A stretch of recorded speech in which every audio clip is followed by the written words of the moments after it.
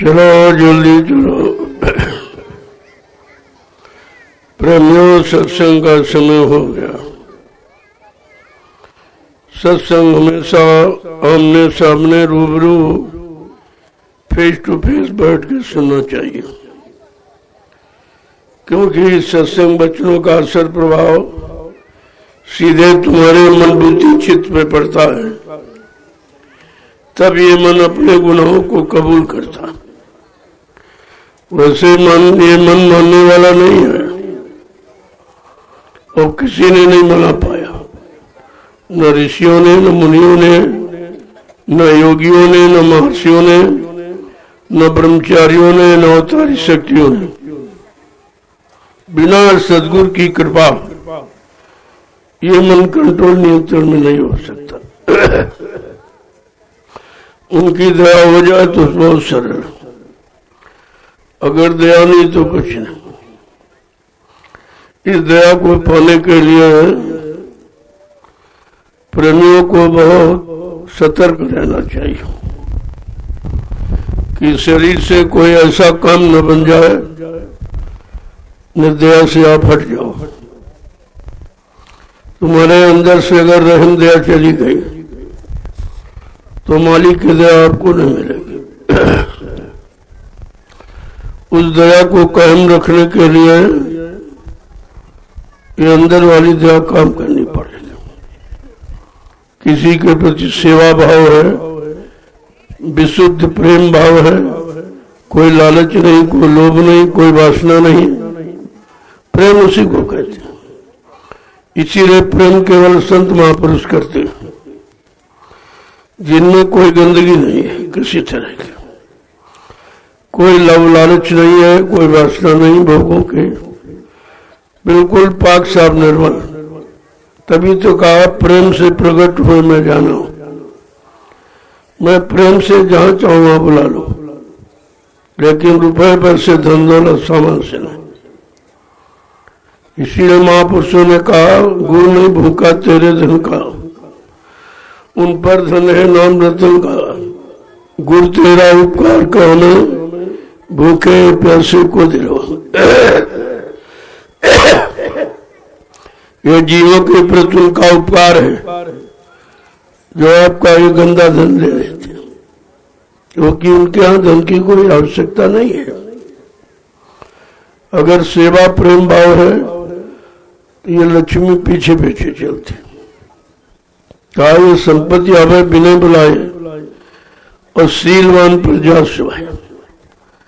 अगर तुम शीलवान, बुद्धिमान, बलवान, चरित्रमान बन जाओ तो ये दौलत पीछे होगी, और इस समय यही नहीं तो तुम उसके पीछे दौड़ रहे हो और ये सब तुम्हारे पास है, लेकिन कोई बताने वाला नहीं। शील, क्षमा, संतोष, विनय, विवेक ये सब आपके अंदर है, और काम, क्रोध, लोभ, मोह, अहंकार भी आपके अंदर है। दोनों है अंदर में। और काम, क्रोध, लोभ, मोह, अहंकार का काट है शील, क्षमा, संतोष, विनय, विवेक। जब ये होंगे तब ये नहीं होंगे, जब वो होंगे तो ये नहीं होंगे। एक ही चीज उपस्थित रहती है।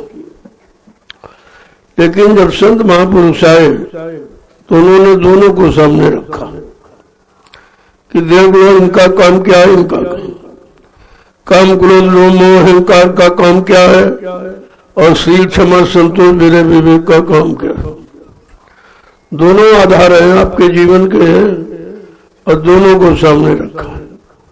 एक कलयुग का आधार है, एक सतयुग का आधार। एक काम, क्रोध, लोभ, मोह, अहंकार ये कलयुग का आधार। शील, क्षमा, संतोष, विनय, विवेक ये सतयुग का आधार है। तो तुम्हारे अंदर ही कलयुग सतयुग है। अब ये देखो तुम 24 घंटे में कितनी बार कलयुग में जाते हो, कितनी बार सतयुग में जाते हो। धीरे धीरे यही शीशी से आपकी समझ आ जाएगा कि कलयुग क्या है और सतयुग क्या है। कलयुग कोई आदमी का नाम नहीं है, न सतयुग कोई आदमी का नाम है कि बाबा जी सतयुग किसी देश से ले आएंगे आपको पकड़ा देंगे। वो तुम्हारे अंदर है और तुम्हारे अंदर से ही निकलेगा। ये उनके पास उपाय है, युक्ति। और धीरे धीरे जैसे सत्संगों में आओगे, ये रूहानी सत्संग है, जीवात्मा को जगाने वाला और मन को कमजोर करने वाला। जो मन इस समय जोरदार है, जीवात्मा बेचारी चुपचाप बैठी है और मन की मनमानी आप देख रहे हो, तुम सबको भगा रहा, दौड़ा रहा और अच्छे बुरे पाप पुण्य कर्मों में लगा रहा, लेकिन आप समझ नहीं पा रहे हो। कर रहे हो लेकिन ये नहीं समझ पा रहे हो कौन करा रहा। वो करने वाला दिखाई नहीं देता, लेकिन अनुभव करोगे तो समझ में आ जाएगा कि सारा खेल ये मन का है।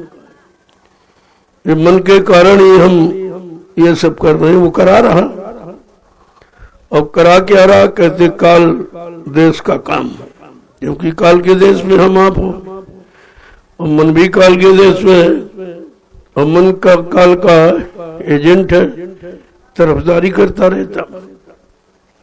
अब उस मन को कैसे कंट्रोल नियंत्रण में किया जाए, इसके लिए संत महापुरुषों ने आत्मिक पूजा, आत्मिक साधना और आंतरिक शब्द की चढ़ाई ये रखा।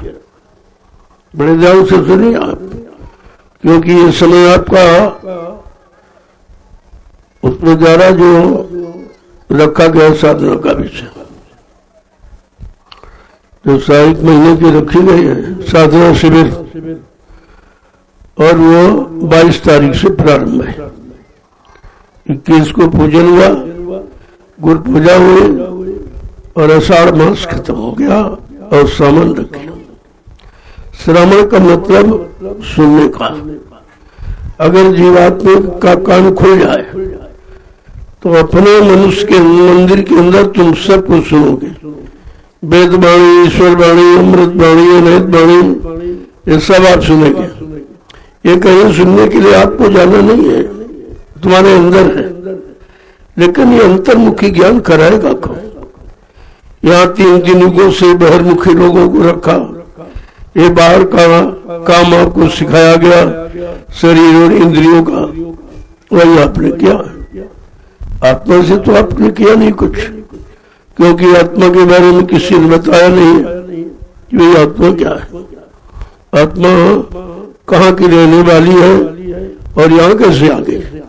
जब सतलोक जो सबसे ऊपर, उस लोक की रहने वाली ये सबसे नीचे के लोक में कैसे आ गई। जब ये राज आपको सुनने को मिलेगा, तब धीरे धीरे आपके सत्संग की शुरुआत होगी। जी की जीवात्मा यहाँ कैसे आई, क्यों आई, और किसने इसको फंसा लिया, और अब इसको कौन जगाएगा, कौन ले जाएगा, कौन पहुंचाएगा, कौन मिलाएगा। बस इतना ही आपको सुनना है और इतना सुन करके आपको पालन करना। लेकिन इतना सुनना पालन करना बड़ा कठिन है, क्योंकि मन तो इधर कभी आया नहीं, न मन को ऐसी कोई चर्चा सुनाई गई जो आपको ये सुनने को मिला। ये न सतयुग में, न त्रेता, न द्वापर में, न ऋषियों मुनियों ने सुनाया, न योगियों ने, न महर्षियों ने, न ब्रह्मचारियों ने, न अवतारी शक्तियों ने, न उस समय के अज्ञानी वैज्ञानिकों ने। यह चर्चा नहीं थी, क्योंकि ये चर्चा संतों के अधीन है। जब संत आएंगे तब ये चर्चा शुरू करेंगे, और संत जो चर्चा करेंगे उस चर्चा का कोई खर्चा नहीं, बिल्कुल निःशुल्क होगी। और तुमने जो चर्चा सुनी हो, सुन लो कितना खर्चा। श्रीमद् भागवत पुराण जो वेद व्यास ने लिखी है, उन्होंने किस लिए लिखी थी? जीवों के कल्याण के लिए, जीवों को धर्म के रास्ते पर लाने के लिए, क्योंकि कलयुग आने वाला था और द्वापर जाने वाला था। तो 88,000 ऋषियों ने, यही जहां बैठे हो 88,000 ऋषियों ने बैठ के मंत्रणा की, एक बैठक की कि आगे कलयुग आ रहा है और द्वापर जा रहा है। कलयुग का समय बड़ा खराब होगा, लोगों से धर्म चला जाएगा, मानवता इंसानियत चली जाएगी, प्रेम प्यार मोहब्बत सेवा सदाचार परमात्मा की यादगार चली जाएगी, लोगों के मन मस्तिष्क में माँ बहन बेटी बहू की परख पहचान खत्म हो जाएगी। का ऐसे समय में धर्म को कैसे कायम रखा जाए, उसके लिए ये श्रीमद् भागवत पुराण 88,000 ऋषियों की मंत्रणा से लिखी गई। यही